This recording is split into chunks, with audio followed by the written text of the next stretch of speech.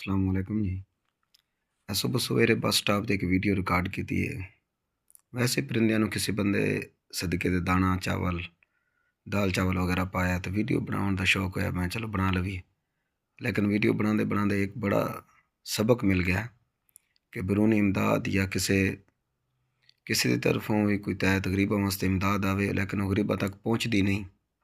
ਇਹ ਮਿਸਾਲ ਸਾਹਮਣੇ ਕਿ ਕਿਸੇ ਬੰਦੇ ਦਾਲ ਚਾਵਲ ਪੈਣ ਸਾਰੇ ਪਰਿੰਦਿਆਂ ਨੂੰ, ਲੇਕਿਨ ਇਹ ਜਿਸ ਤਰੀਕੇ ਨਾਲ ਵੱਡੇ ਮਗਰਮੱਛ ਗਰੀਬਾਂ ਨੂੰ ਹਿੱਸਾ ਨਹੀਂ ਲੈਣ ਦਿੰਦੇ, ਇਹ ਹੁਣ ਕਵੇ ਆ ਗਏ ਅਤੇ ਛੋਟੇ ਪਰਿੰਦਿਆਂ ਨੂੰ ਉਹਨਾਂ ਖਾਵਣ ਨਹੀਂ ਦਿੱਤਾ। ਅਤੇ ਜਿਸ ਤਰੀਕੇ ਨਾਲ ਗਰੀਬ ਸੜਕਾਂ 'ਤੇ ਰੁੱਲ ਪੈਂਦੇ ਨੇ ਅਤੇ ਅਮੀਰ ਬੈਠ ਕੇ ਵੱਡ ਵਡੇਰੇ ਮਗਰਮੱਛ ਖਾ ਪੈਂਦੇ ਨੇ, ਇਸ ਤਰੀਕੇ ਨਾਲ ਇਹਨਾਂ ਕਵਿਆਂ ਵੀ ਨਹੀਂ ਖਾਵਣ ਦਿੱਤਾ। ਇਹ ਜ਼ਰਾ ਵੀਡੀਓ ਦੇਖੋ, ਸ਼ੁਗਰ 'ਚ ਬਣੀ ਬਣੀ ਵੀਡੀਓ ਬੜਾ ਸਬਕ ਦੇ ਗਈ ਹੈ।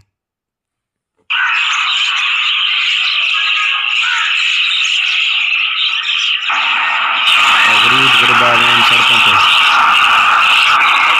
देखो, वो सड़क को तलाश कर रहे हैं, जबकि काले मगरमच्छ मिल बैठ के खा रहे हैं। अफसोस।